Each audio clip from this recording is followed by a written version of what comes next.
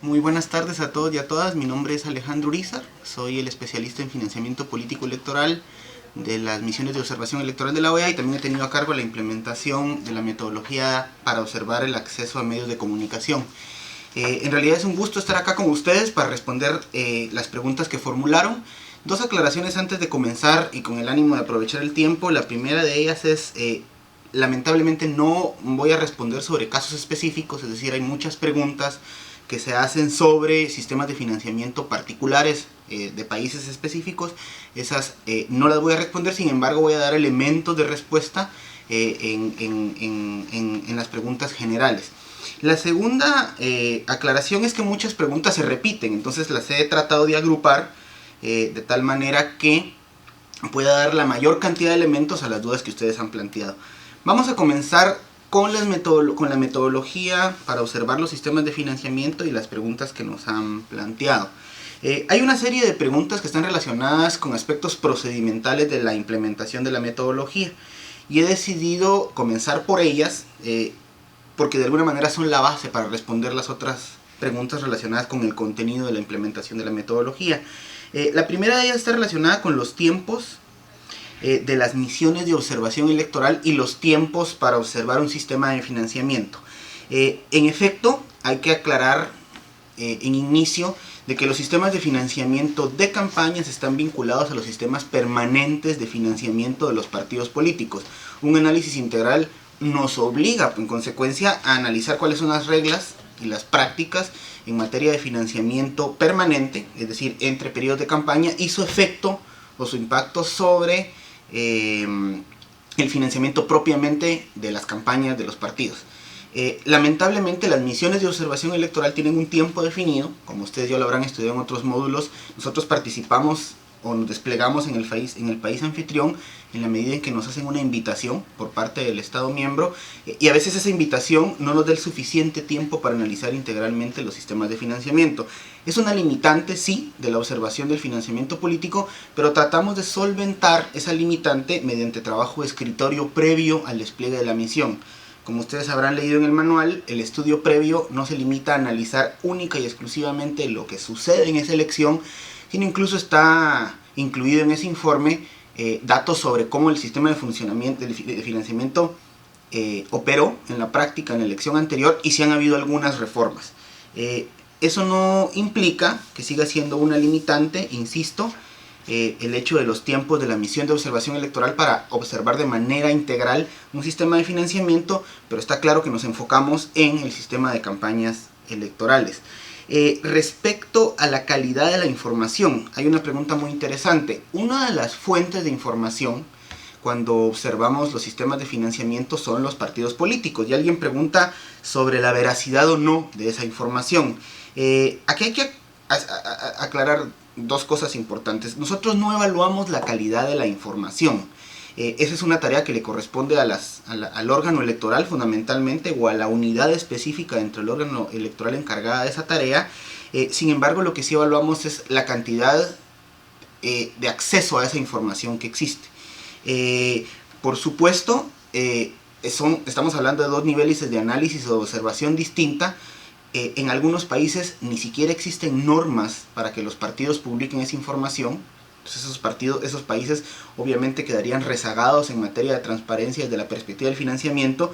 En otros países existen normas, pero los partidos no siempre cumplen con las normas de publicar informes sobre financiamiento. Y hay un tercer caso donde existen las normas, los partidos publican la información, pero en efecto existe duda sobre la veracidad de la información. Repito, esa es una tarea que le corresponde al órgano electoral.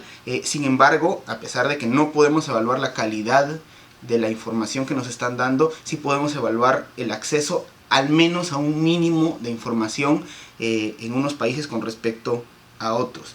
¿Qué tarea, es otra pregunta procedimental, tienen los coordinadores regionales y los observadores al momento de implementar esta metodología? Los coordinadores regionales que se despliegan en los departamentos, provincias o estados del país anfitrión sí tienen una labor y ellos a través de sus formularios y los reportes diarios que presentan al coordinador general llenan una parte del informe donde se les pide que brinden información sobre el funcionamiento del sistema de partidos en la región, provincia, departamento o estado donde les está correspondiendo desarrollar su labor de coordinadores. Por supuesto, la información es complementaria a la labor que hace el especialista a nivel central, pero sí tienen un rol respecto a la recolección de información. Los observadores no. Y la razón es muy simple. Los observadores internacionales se enfocan en el día electoral, en el día de las elecciones.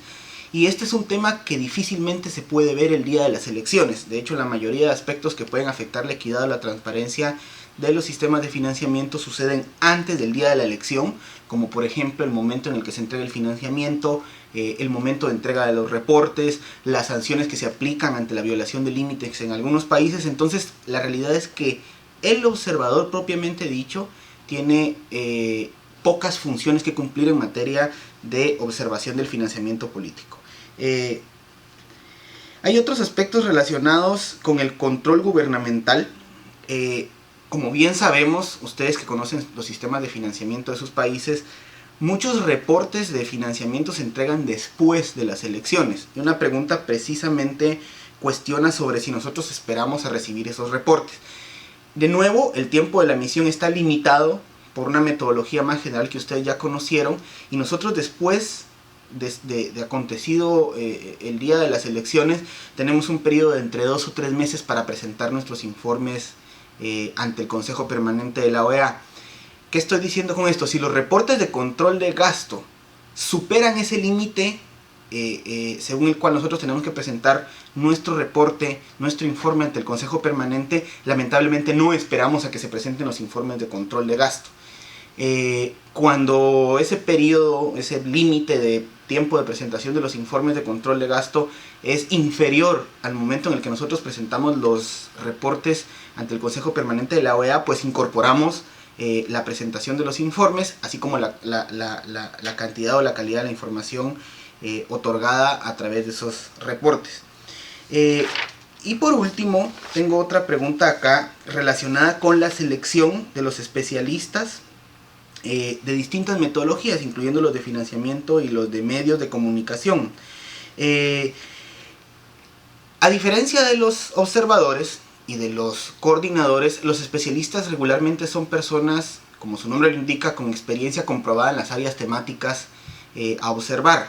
En algunos casos, los especialistas que nos acompañan, por ejemplo, observando los sistemas de financiamiento, son personas que están a cargo del control del gasto durante la campaña en órganos electorales en otros países. Entonces, por ejemplo, si vamos a observar el sistema de financiamiento mexicano, lo más probable es que invitemos al director de la unidad de fiscalización de algún órgano electoral de otro país.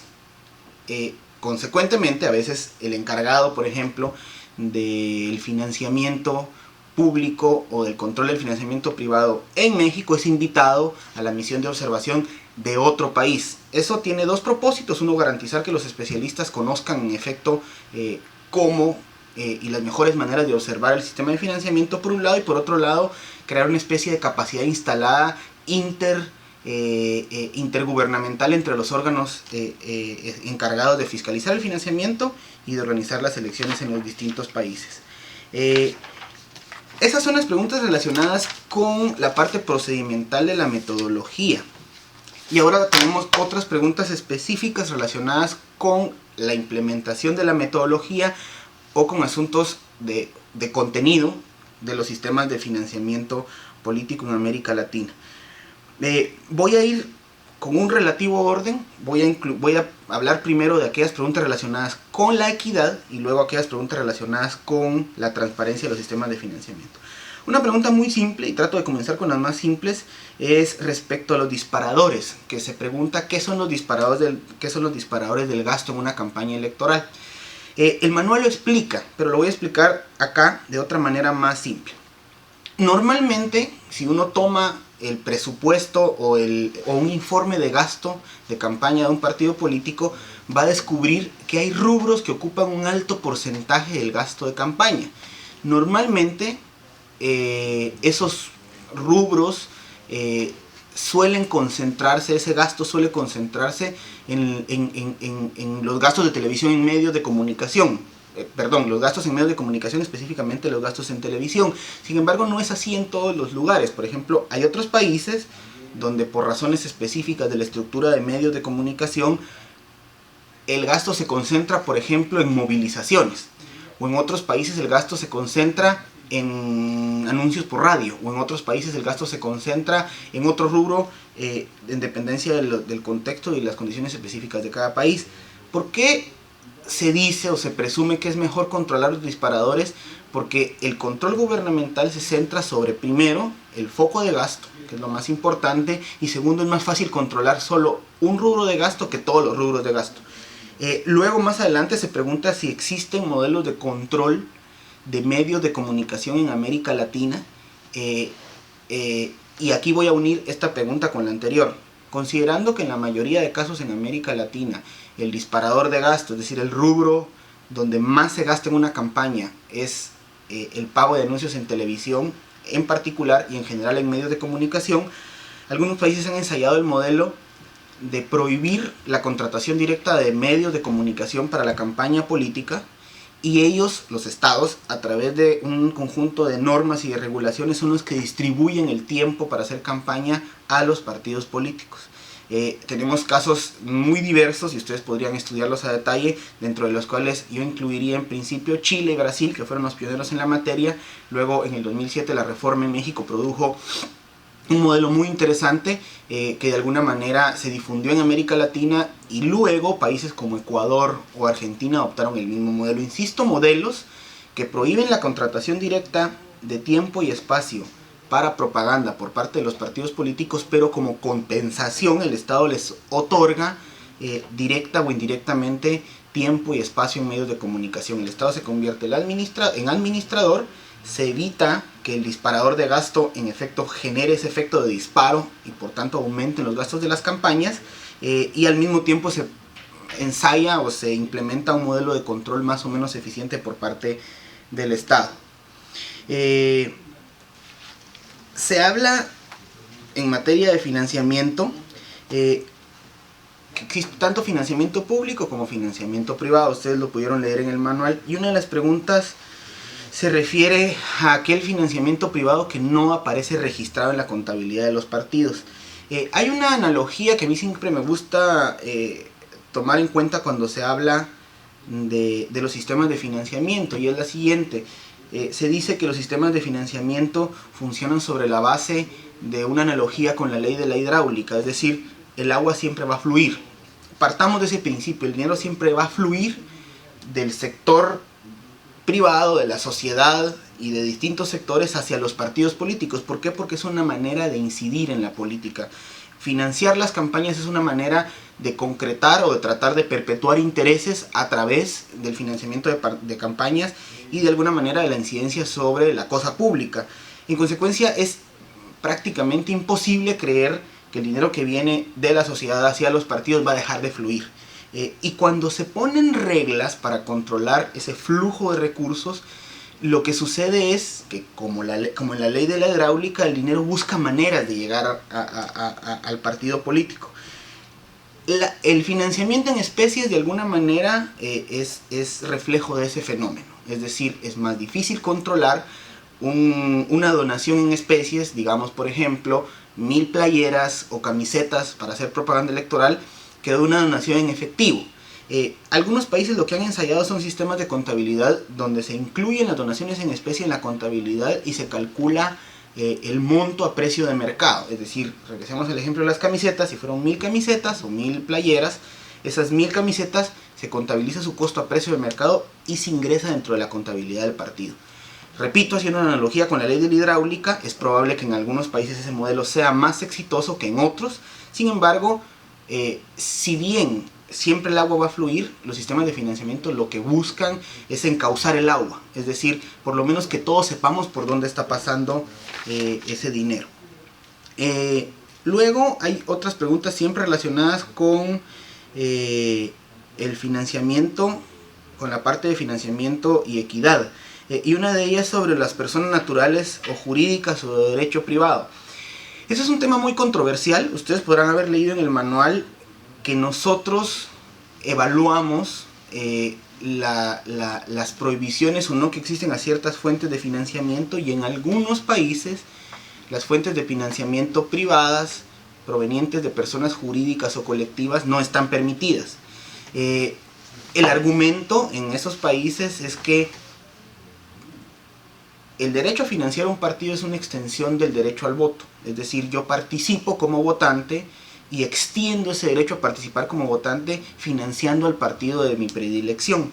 El argumento en contra de que las personas jurídicas o colectivas deben o pueden financiar partidos políticos es que las personas jurídicas y colectivas, digamos, por ejemplo, las empresas no tienen derecho a votar. Sin embargo, si bien ese modelo se ha adoptado en países como Colombia, por ejemplo, por mencionar alguno, existen otros países como Estados Unidos, donde las empresas sí tienen derecho a aportar a las campañas de los partidos políticos. De acuerdo con la metodología, nosotros evaluamos las donaciones provenientes de personas jurídicas y, en dependencia del contexto de cada país, recomendamos que se mantenga esa prohibición, que se fortalezca o lo que corresponda en cada uno de estos países. Otra pregunta muy interesante es cómo los sistemas de financiamiento afectan los sistemas de partidos. La pregunta concretamente dice que por qué en las democracias en las que imperan los partidos mayoritarios se generan normas restrictivas para que nazcan nuevas fuerzas políticas. La respuesta es simple. Si las fuerzas políticas mayoritarias tienen el control del Congreso, y es el Congreso el que elabora las normas sobre sistemas de financiamiento, por lógica, un país, por ejemplo, donde hay un sistema bipartidista cerrado, y ese sistema bipartidista cerrado se representa en el Parlamento, no van a legislar contra ellos. Es decir, si ellos son los beneficiarios de las normas que aprueban, no van a crear normas que aprueban a otros nuevos actores. Sin embargo, a pesar de eso, han habido modelos y ejemplos en América Latina de cómo sistemas donde imperan partidos mayoritarios han sido de alguna manera obligados a abrirse y a crear mejores condiciones de competencia para partidos pequeños. Un ejemplo de ello, por ejemplo, es México, donde recientemente incluso se aprobaron las candidaturas independientes, y los candidatos independientes tenían derecho a financiamiento público. Un financiamiento público menor con relación a los partidos políticos, no me cabe la menor duda, y creo que no es secreto para nadie que era menor, pero al menos los candidatos independientes tenían derecho a financiamiento público. ¿Por qué? Porque las nuevas fuerzas que estaban surgiendo en ese país de alguna manera incidieron en el Parlamento para que el Parlamento aprobara normas más competitivas, más inclusivas en materia de financiamiento. Otra de las preguntas importantes está relacionada con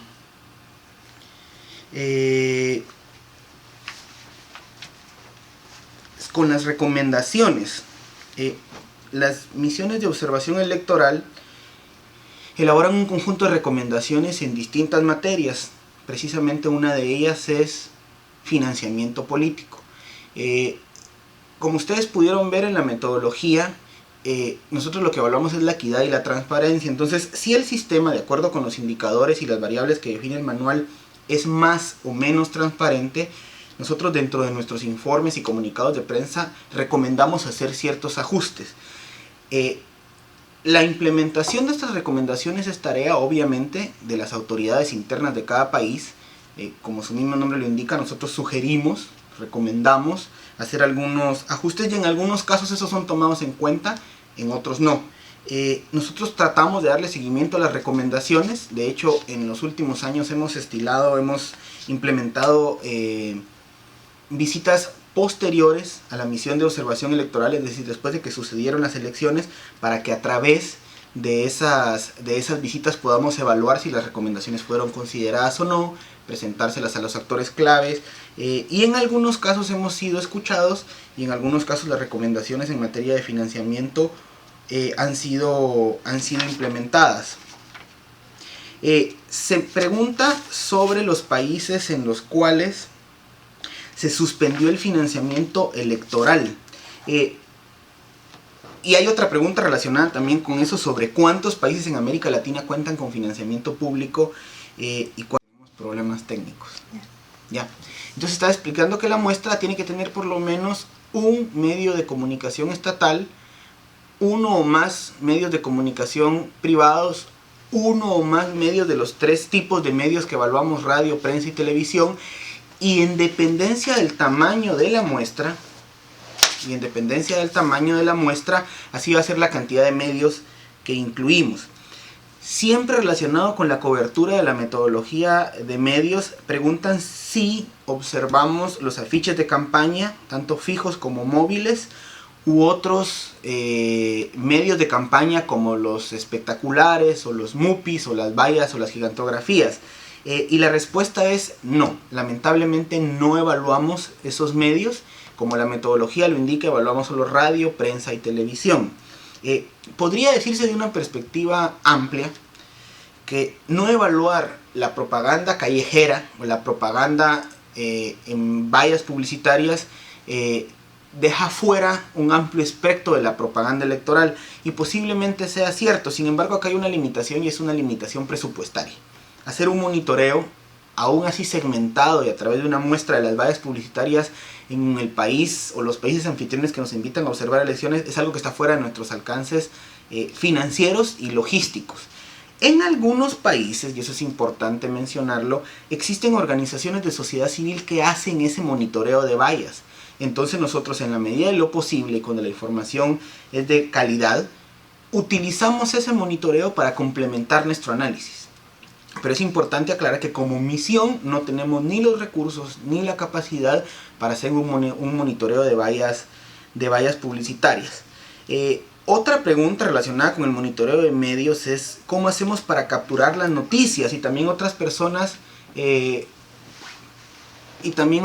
nos han preguntado más adelante, no solo cómo hacemos para capturar las noticias, sino si tenemos que esperar posteriormente a que los medios de comunicación nos entreguen esas noticias. Esto es importante aclararlo. Nosotros montamos, digámosle así, un observatorio o un laboratorio de medios, y nosotros mismos, a través de un equipo técnico de 8, 10, 12 personas según la misión, somos los que capturamos las noticias. Entonces nosotros, cada noticia que sale en un medio de comunicación, la grabamos, la almacenamos, la analizamos y la sistematizamos. ¿Qué quiero decir con esto? Somos nosotros los que capturamos las noticias a través de un equipo encargado de la metodología en cada misión de observación electoral. No necesitamos posteriormente pedirle a los medios de comunicación esas noticias. Por tanto, no necesitamos esperar un tiempo postelectoral para que nos entreguen la información. Otra pregunta relacionada con esto es cómo se almacena la información, y si la información se queda en el país anfitrión o si nosotros la almacenamos acá. La información se almacena a través de computadores en sistemas de grabación en realidad muy simples, y luego esa información la guardamos aquí en la sede de la OEA. Otra pregunta relacionada también con cobertura, pero no de medios de comunicación, sino relacionado con la cobertura temporal. Esta es una pregunta muy parecida a la otra relacionada con la de financiamiento. O sea, si observamos los elementos del sistema que suceden antes de que la misión llegue y después de que la misión llegue. Y la respuesta es muy parecida. Nosotros tenemos tiempos definidos por la invitación que nos hacen los estados parte, por el momento en el que desplegamos la misión, y tenemos que regresar al país del país anfitrión a la sede de la OEA acá en Washington a presentar reportes. Entonces, en principio, las cosas que suceden antes del despliegue de la misión o del despliegue de los especialistas en medios de comunicación y después del repliegue de la misión, sí las evaluamos, pero las evaluamos a través de información que nos brindan los actores políticos en el país o que nosotros recopilamos a través de otros medios. Pongo un ejemplo concreto en materia de observación de medios de comunicación. En muchos países, repito, existen no solo organizaciones de sociedad civil, sino también empresas que monitorean oficiosamente la cobertura y la pauta que hacen los partidos políticos durante las campañas electorales. En aquellos países donde esa información es verificable y en aquellos países donde esa información es de calidad, nosotros podemos utilizar esos datos complementarios complementarios a la información que nosotros recabamos a través de nuestro propio ejercicio de observación. ¿Por qué digo que son complementarios? En algunos casos, esa información que nos brindan organizaciones de sociedad civil o empresas que se dedican a hacer este monitoreo de medios de manera permanente, nos sirve para contrastar con las tendencias que nosotros identificamos a través de nuestra observación.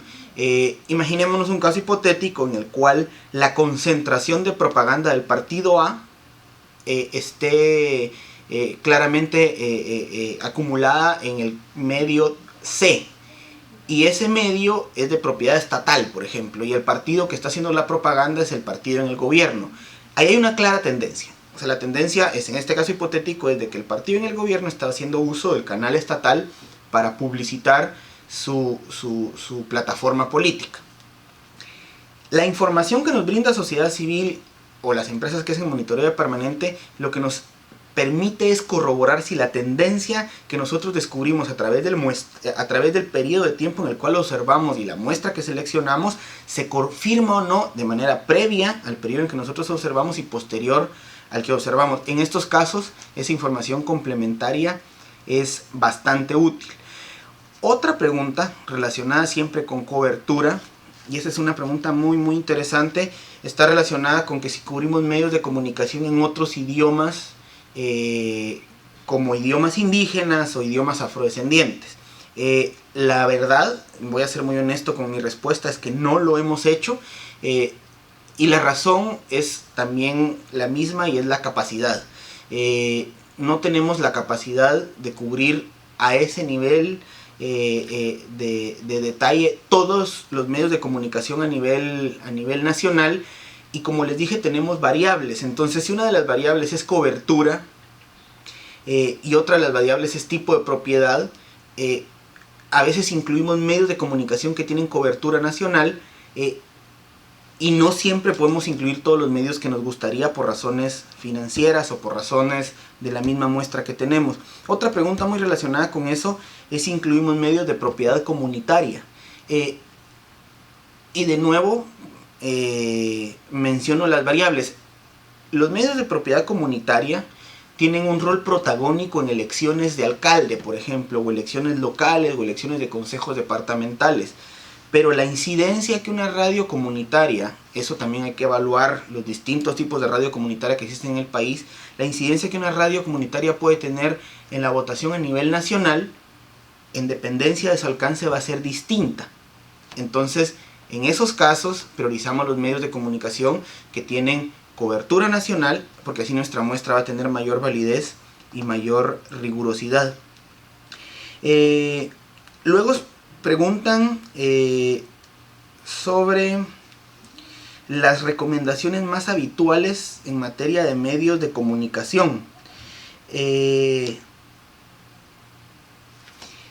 materia de medios de comunicación, yo no podría hablar de recomendaciones habituales, lo que sí sucede en materia de financiamiento, y la razón es la siguiente. Normalmente hay sí ciertos elementos relacionados con el acceso a medios de comunicación.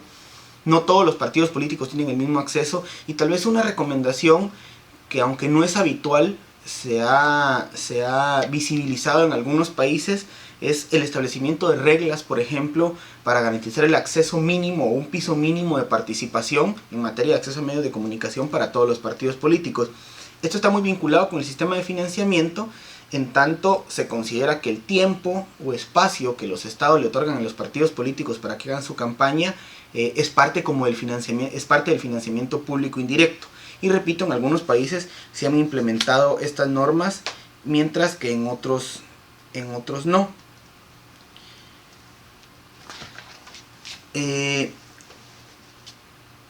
Luego hay otras preguntas relacionadas con los requisitos que tienen los miembros del equipo, y hay otra pregunta también relacionada con los requisitos del miembro del equipo y los posibles riesgos de que haya influencia sobre los miembros del equipo que implementan la metodología del día a día, porque son nacionales.